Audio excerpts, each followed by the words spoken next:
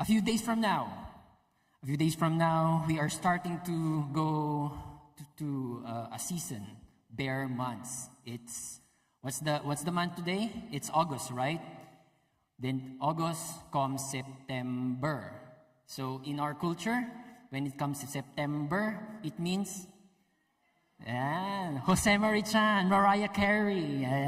So by this time of the year, we are preparing for a season of Christmas, isn't it? I know it's too early to talk about it, but ultimately, one thing that we need to talk about is work. What, Millard? You introduce the preaching by saying, oh, it's bare months, it's going Christmas na. And why I have to talk about work? Monday to Friday, I've been working. Even though Sunday, I'm gonna hear about work. Amen. I know it's Sunday. Work is Monday to Fridays.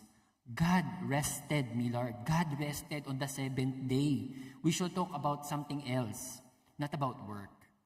As we are coming to the season of cheer and sharing, I believe the best time to be cheerful and share love is every day.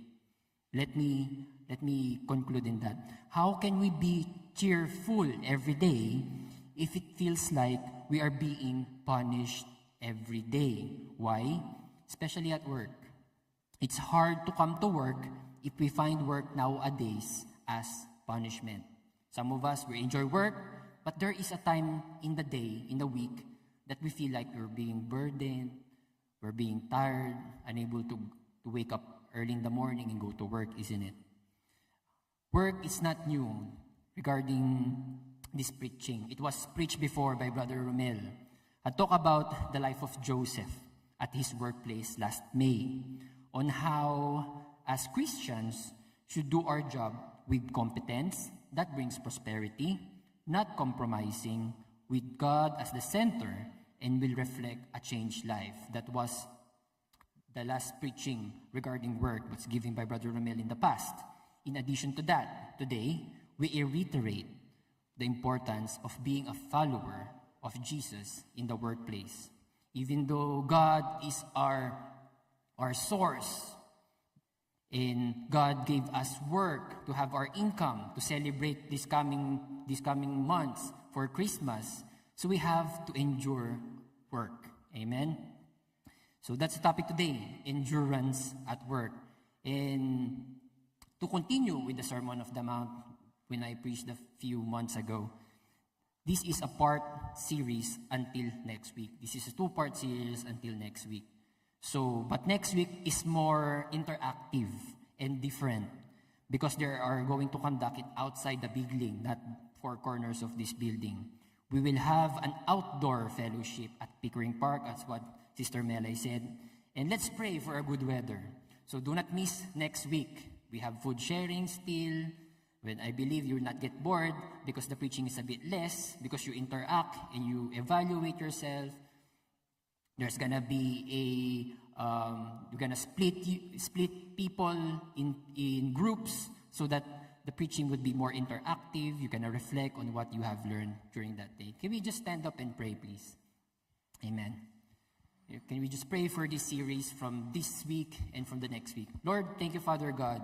Thank you, Father God, for today that we are gathered here to hear about your word. Lord, let this minister to us, Lord, so we can live it out every day and our fellow co-workers can see how a Christian life should live. Lord, help me. Let the Holy Spirit help me to give me wisdom, anoint me, knowledge, to deliver this to people, Panginoon. Even people who are viewing online, Lord. In Jesus' name, we're not going to be distracted by the works of the enemies, but we're going to focus on your word tonight. And truly, Lord, for the next week, Lord, we ask for favorable weather, Panginoon, so that we can enjoy your creation in the park and outside, Lord, so we can have a fellowship nicely, Lord. In Jesus' name we pray. Amen. And while standing up, can we read the scripture? The scripture comes from Matthew 5:41, then jump to 43 to 45. So Matthew 5:41, and whoever compels you to go 1 mile, go with him 2. You have heard that it was said, you shall love your neighbor and hate your enemy. But I say to you, this is Jesus speaking, love your enemies, bless those who curse you, do good to those who hate you, and pray for those who spitefully use you and persecute you, that you may be sons of daughter, your Father in heaven. For he makes his sun rise on the evil and on the good, and sends rain on the just and on the unjust. Amen. And you may sit down. Thank you so much, everyone. So let's start it with a question. Are you happy in your workplace? Amen? Amen. Yeah, amen. Are you happy? Yeah. Your bosses are looking at it, no?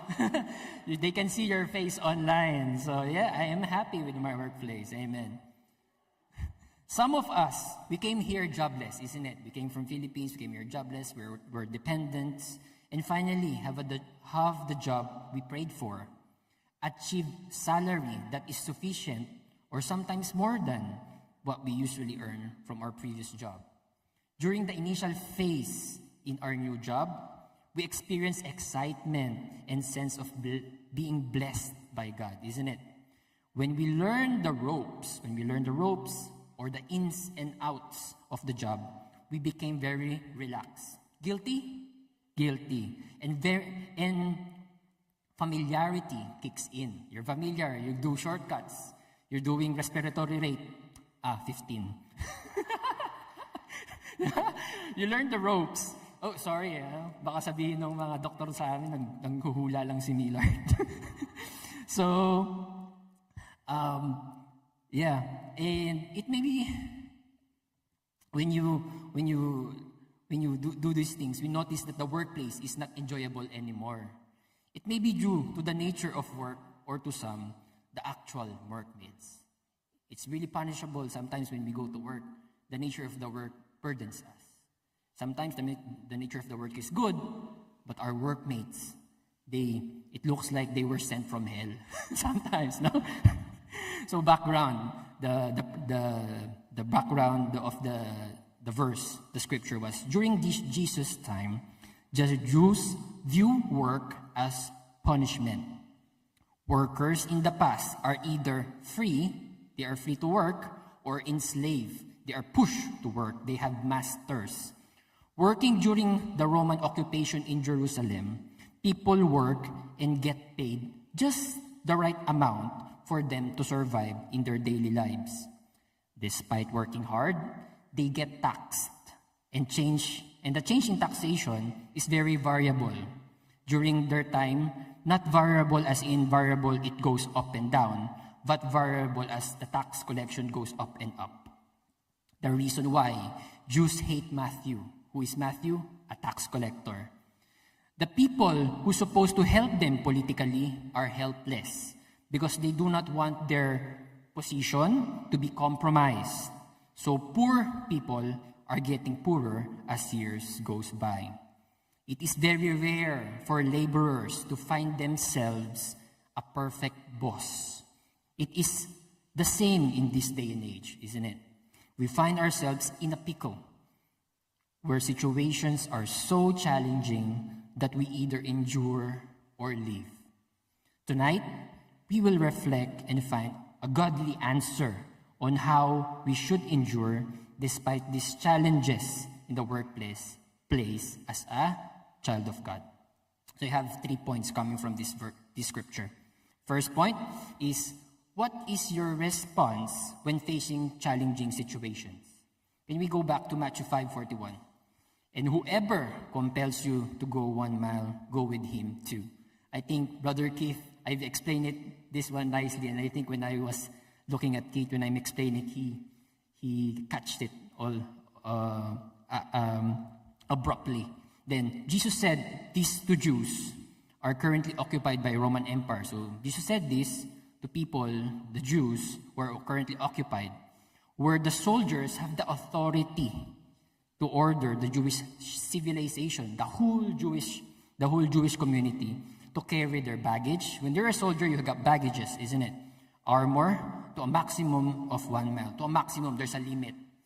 Jesus does not want us to rebel. Jesus doesn't want us to rebel against to those who are in authority. It is even looks very hard to do, even though it's very hard to do. Jesus doesn't want that, us rebelling to the authority, to the politicians.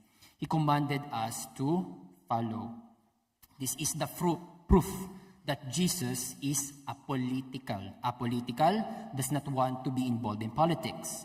That we must follow authority. Give Caesar of what is Caesar, and God what of his God. Matthew 22.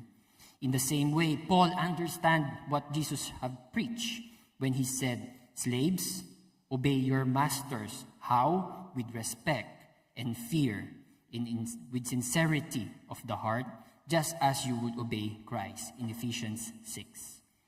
As followers of Christ, we are commanded to respect and follow authority as our submission and respect to people who are in authority. We avoid rebellion. Jesus doesn't want us to rebel and cause division at work. In the first place, that caused Adam and Eve to be sent out of the garden, our rebellion. The principle of going the extra mile is that the first mile was the soldiers commanded you to do. But the extra mile is my willingness to help you. Amen? This means to go beyond our ability and do more than what is required for us. We are meant to display goodness rather than hostility. However, it is different when we are asked to do things that can compromise our faith, isn't it? Showing endurance will not just show our perseverance, but our integrity as well. As we continue to follow without compromise, we set the bar high for the people who see us.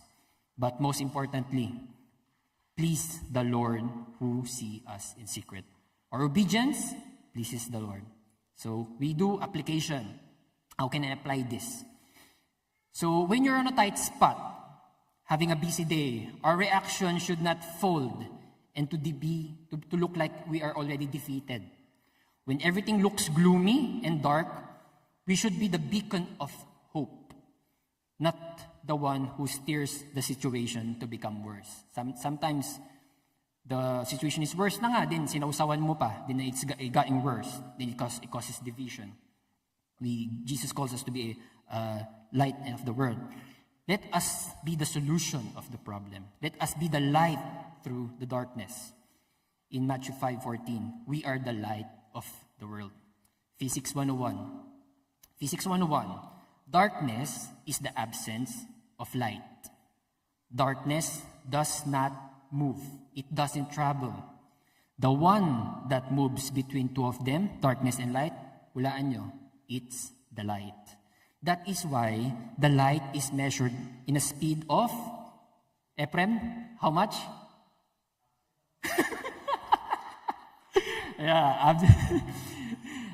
It's measured in a speed of 299,792,458 meters per second. That's how fast the light goes. The light brightens the workplace. In the beginning, God, second order of business, after He created heavens and the earth, let there be light. The first thing God defined as good is the light. This is the challenge God has given to us. In the world that is full of darkness, we should be the one who brings hope and encouragement. Question. We got lots of questions here. Have you ever felt a sense of obligation to stay and finish the task, even though your work is finished? Sometimes we get an extra push, an extra mile for us to finish the task. We don't want to leave pending tasks to other people for us. Despite having a hard day's work, sometimes convict us to stay and help this incoming shift, especially for nurses, to lessen their workload. Despite running on fumes, you suddenly have the extra energy to help others during a busy day. That is the image of God playing its role in your life. You do not need to be Christians to experience that, but as a follower of Christ, you must respond like that. I'm sure if someone did that for you, helping you despite he or she had their own heavy workload, I am 100% confident that you will feel hugely grateful for that person. In that, we want people whom we work with to feel the same way whenever we are with them. It goes beyond as a people pleaser, but goes deep because your obedience to God. Amen. So during these challenging situations at work, we must endure the hardship and convert it as an opportunity to glorify God. Amen? Second point, what is your response when facing challenging people? Amen? We got our own idea, isn't it? Go into our mind. But we find the best answer in Matthew 5:43, verse 44. You have heard that it was said, this is the world speaking, you shall love your neighbor and hate your enemy. But I say to you, love your enemies, bless those who curse you, do good to those who hate you, and pray for those who spitefully use you and persecute you. First one, you have to love. Love no matter what. Amen? It convicts me to sing. Gusto niyo ba na? Joke. Jesus wanted us to get out of the pattern of the world, to have hate, to do not have hate, and to feel indifference to others, which is indifference to others is the opposite of love. Indifference happens when we do not care whether our actions affect people around us. Wala kang pakialam. As challenging it may be to love our enemies, it's our response to our loving and forgiving God. It calls our lordship in Him. So if you don't understand lordship at the moment, go to your life group leader. He or she will explain lordship to you. We are once enemies of God in Romans 5. We were enslaved with our sin in Romans 6. But He showed His love for us by forgiving us when we accept Him, when we accept Jesus. Amen? As we are expected to be imitators of God in Ephesians 5, so we should love our enemies. Because that's what Jesus did for us. It is easy to rationalize. You rationalize things. You're a human being. You rationalize. That's what differs from you from other animals. We rationalize our thoughts and actions to someone, hence not relying on God's wisdom. You rationalize with your own strength, with your own wisdom, rather than God's wisdom. Thoughts of unforgiveness, hate, or prejudging someone. But we are encouraged not to lean on our understanding in Proverbs 3, but seek His will, and He will make our path straight. Amen. God's will is to love one another. That's His command to us. Whether that somebody will love you back or hate you in return. Just love that person. Surely, when you love the unlovable, God will make our life easier. Set your path straight. No setbacks. And it is pleasing to God. If you can easily love people who mistreat you, that you can see, that you can touch with your senses, feel and hear, what more effortlessly for you to love a God that is invisible by your senses, but is visible in essence. Amen? Loving people who are difficult to love is not just some help to understand that person. You love that person because you want to give help to him, but also a self-help. It softens your heart. It's for your own good as well. To become a better person every time you do it, every time you give forgiveness, every time you love your enemies, every time you love people who are unlovable. So another question. Who is that person that makes your work life very challenging? People who are viewing online, tag that person there. Joke lang. Type that in the comment. Had you ever had a chance to pray for him or her? Have you ever had a chance to pray for him or her? In Matthew 5:44, pray for those who spitefully use you and persecute you. Underline this word, spitefully. It comes from the Greek word expressio. I don't know, probably it's espresso, but expressio. It says, insult you in a forensic sense. Treat abusively, accuse falsely, and threaten you. Wow. Insults you in a forensic sense. From pagtinignan ka, mula ulo hanggang paa. Parang nakita niya na pat DNA mo, no? So, ganun kanya, that's how he despises you. That's how he wants to view you as a negative person. It's a simple word, spiteful, but heavy in meaning. And it's truly happening. It's true. It's happening in our workplace, isn't it? They make our life miserable. We sometimes carry their threats at home. We cannot sleep. And we get nightmares from it. We wonder that our new acquaintances know about us already, even though we have not met them personally before. Nakwento ka na. People suddenly view us the same way that the person treats us. You don't know that person, but he treat you as bad as what that spiteful person does to you. Worse, our children get affected. Our family get affected because of their false rumors they are spreading on us. We find ourselves in a state of hell because we think we can actually see a demon amidst us, di ba? We're living in hell because, ayun, yan na naman si demonyo. Yan. Hallelujah. Question. As a child of God, what should we do then? Question. As a person set apart from the world, you are holy, you are set apart. Do you retaliate in hate as well? The same weapon they use to destroy you and discredit you, do you retaliate in that sense? So I want you to focus on this, and this is the tactics to overcome them. So first tactic is we should identify who is the person we are fighting against. Is it that person that verbalized against you? In Ephesians 6:12, for our struggle is not against flesh and blood, but against the rulers, against the authorities, against the powers of the dark world, and against the spiritual forces of the evil in the heavenly realm. So it's spirit battle pala. It's not the actual person who is in front of you is your enemy, but the evil spirit that dwells in that person, that is your opponent. So you have identified it na. The best example of this is Saul, before it was future Paul, or later named Paul, when he ridiculed and spied Jesus being and followers even through death. Krinitik niya si Jesus Christ during that time.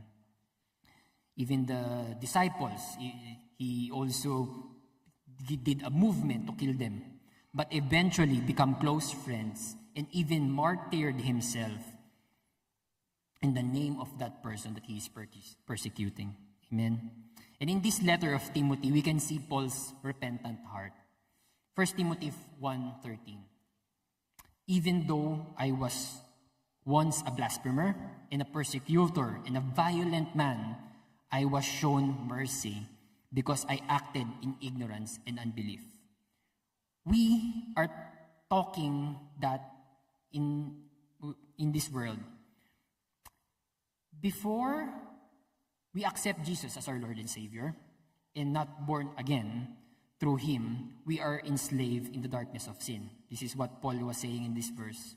And sin came from the evil, isn't it? Are you agreeing with that? Where did the sin came? It's from evil. Therefore, we are enslaved and controlled by the devil if you're still sinful. If you are still sinning and you're not being convicted of doing your sin. In 1 John 3:8, the one who does what is sinful is of the devil, because the devil has been sinning from the beginning. Follow up verse, 2 Timothy 2:26. And that they will come to their senses and escape from the trap of the devil, who has taken them captive to do his will. His acceptance, Paul's acceptance, that he is a sinful man with actions that are very guilty in the eyes of God. In order to him to identify himself as sinful, he must understand that he needs to be saved. Amen? Surely enough, when he was blinded, it's true, he was blinded, that's what his story about, he sees. He can now differentiate who was Saul before and Paul now, because he is now free indeed. A Saul, who was previous Paul, who was enslaved by evil, and now Paul, that is justified by Jesus Christ. Only Jesus can justify your sin. Only Jesus can save you from sin. Amen? So from looking at Paul's repentant heart, we can now see his humbleness and his grieving about his sin. In 1 Timothy 1:15-16, here is a trustworthy saying that deserves full acceptance. Christ Jesus came into the world to save sinners. What did Paul say? Of whom I am the worst. Verse 16, but for that very reason I was shown mercy, so that the worst sinners, Christ Jesus might display him immense patience as an example for those who would believe in him and receive eternal life. What a humble man, isn't it? What a humble man and honest man. When you swallow your pride and accept you are the most inferior person in the world because of your wrongdoings, because of your sin, but in that acceptance of that, you glorify and magnify God. Amen? Because the glory belongs to God in Paul's life. Surely enough, 2,000 years before that and until now, we are talking about Paul's life as an encouragement to us that people do change completely when they find their purpose in the name of Jesus Christ, of our Lord and Savior. Amen? So you now identify who is the person that you're fighting with. It's the devil. It's a spiritual battle that's inside that person. So second point, you identified them, then you know how to fight it. Fight them using the power of prayer. Ephesians 6:18. And pray in the Spirit on all occasions, with all kinds of prayer and request. With this in mind, be alert and always keep on praying for all the Lord's people. After Paul enumerated the full armor of God in Ephesians 6:10-17, then Paul ended everything with an undisputable power of prayer. Amen? So why pray? Why not to use the same weapon they are using to destroy us? Chinismis ka, chismisan mo rin. Why not do that? Because we are set to be holy, set apart from the world, and Jesus commanded us. Because when you use our tongue can defile us in Matthew 15, nor our physical assault in Matthew 26, or we will die by it. You die by the sword, you use the sword and die by the sword. Jesus encouraged us to pray for them. Amen. So let us be a beacon of hope, a light in the darkness. Love and pray for people who forensically insult you, despise you, and threaten you. So another question. Millard, can we do all these things? Really? Can we do it? Point 3. We respond this way because we are children of our Father in heaven. Matthew 5:45. In the way you will be acting, this is an NLT version. In that way, you will be acting as a true children of your Father in heaven. For he gives his sunlight to both evil and good, and he sends rain on the just and the unjust alike. Because we are adopted sons and daughters of God through Jesus Christ, of course, we can do all these things. We can love our enemies, pray for the people who despise us. It is the fruit of your salvation. It is the fruit of your salvation. Because you are being saved, you can now do these things. That our actions speak louder than words. We can do these things because our changed life, just like Paul have undergone, is so overwhelmingly pleasant that it pours out throughout our actions. Just like a tree. When a tree is rooted in the ground, it gets nutrients from the ground. Then coming this full of nutrients coming from the earth, that is abound nutrients inside him, then it bears fruit for others to consume. Inside that fruit is a seed, isn't it? Inside that fruit is a seed that when ingested by other persons, it prolongs their life. It sustains their life. So we can do these things because we are sons and daughters of God. Considering we have been in a situation in the past that we are very sinful and we know that all sin have the same impact of eternal death. Amen? We all know that one. Regardless the depth and gravity of sin, we all fall short. We go to hell. As forgiven people of God now, we should likewise share the same love and compassion to people that we ourselves had been before. The former person who was the worst of the worst, just like what Paul have admitted to himself, being unforgiving, causing disruption and trouble, making others miserable because we are also miserable. Sama-sama na lang tayo. Having indifference towards others and being self-centered in all areas of our life. Jesus is not saying that our Father in heaven is unfair because He both bless equally the evil and the good, the just and the unjust. He is saying that in life, we have a season. In life, we have a season that we are the antagonists of the story, the bad guy before.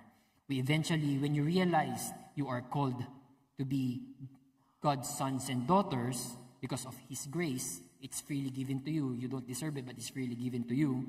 You can share that experience of forgiveness to others so that we are now the heroes, bidana, the good guys of the story of life that we are living at the moment. Question again, are you doing your best to follow Christ? That's the question. Living out what He have commanded us to do. Or picking up things you only like and rejecting the things you think it's not fit for you. Just like in a buffet. You want a huge serving of blessings and favors coming from Him, but you are allergic to forgiveness and loving your enemies. You're allergic. You don't want to take some portions of you forgiving others. You don't want to take portions of you loving your enemies. You just want all the blessings, the things that make you comfortable. No, our Lordship is Jesus. Is an all or nothing deal. How thankful are you to Jesus on what He did for you on the cross? Have you think about that one? So that we can be reconciled again with the Father in heaven. Or you are just being sorry ka because you got caught in the act of sinning that made you look shameful to other people, but not knowing you have wronged a sovereign and a mighty God in heaven. In short, you have not genuinely repented your past sins life. Do you really want a genuine encounter with Him? Do you really want a genuine encounter with Jesus? Or you just want a benefit, a comfortable life, a prosperity gospel with Him? Because you have exhausted all your options, and now Jesus is your last card. As I end, mabilis lang to. Endurance is an essential trait of being a follower of Christ. So, as Christians, we are commanded to endure things. Christianity does not promise everything will go flawlessly. Well, Jesus even warns us that if we follow Him, we will face trials and persecution.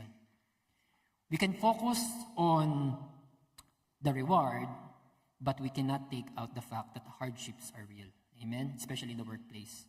It might be financial, spiritual, family, relationships, or in this case, our jobs and our workplace. In Romans 5:3-4. Not only so, but we also glory in our sufferings because we know that suffering produces perseverance. Perseverance produces character. Character produces hope. So stand firm, church. Do not compromise your faith. Give glory when you endure hardships in life. God should be our hope, comfort, and peace. Seek Jesus and do not let your eyes off Him. We cannot do this alone.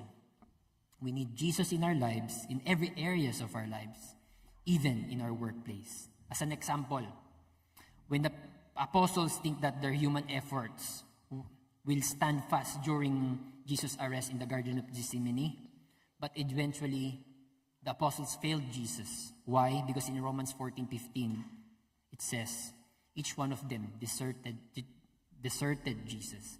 Each one of them fled away from Him. They failed Jesus. Judas sold him out to be arrested. Most of them fled away, deserted Him. Peter denied Him. Philip doubted Him. Despite all these things that Jesus taught them and showed them, when Jesus was resurrected, what did He did? He stayed with them 40 days. He stayed with them, encouraged them, assured them, and continued loving them.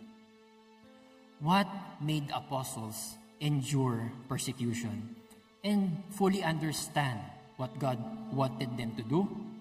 When they witnessed how Jesus lived, how Jesus preached, did miracles, died and resurrected, and continue loving them even after Jesus ascended to heaven. God gave them the Helper, which is the Holy Spirit. This is the same reason why we should endure hardships. Because we have the commonality that we have with the early church, isn't it? We serve and believe the same God that never changes. Amen. We live in an imperfect world, but we find perfection through Jesus Christ, our Lord and Savior. Let's end this in Matthew 5:48. Therefore, you shall be perfect, just as your Father in heaven is perfect. He said these things because we are now the temple of the Holy Spirit. The Spirit lives within us, that made us perfect. Without Jesus' sacrifice on the cross, we are evil's vessel. We are the devil's vessel. A vessel without the Spirit of God. The reason why the Spirit of the Lord is called holy, because it deters, it rejects sin. In that, you become the Holy Spirit's temple. You must first acknowledge Jesus as your Lord and Savior, church. From there, your journey of eternal life starts. From there, you will be clear from there you will find hope. From there you will find peace. From there you will find perfection. As we build relationships with Jesus through prayer, reading your Bible, applying what we learn, including this evening, fellowship with the fellow believers in our daily lives. Revelations upon revelations will be clear to you, will be clear to us that we have the power to persevere against all odds. I encourage you to talk to us, each and every one of you. If you don't, if you believe your faith is a bit shallow at the moment, talk to us regarding your walk in Christian life.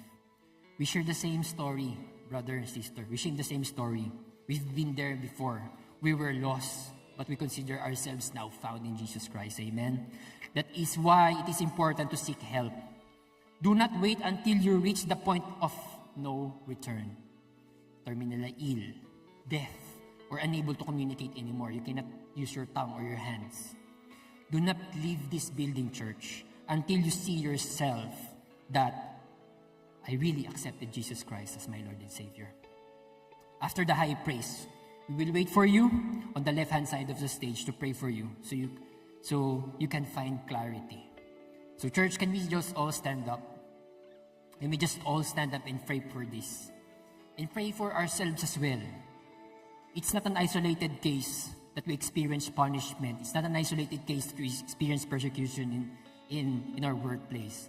And there's definitely one person that make our work really hard. So let us just pray at this moment.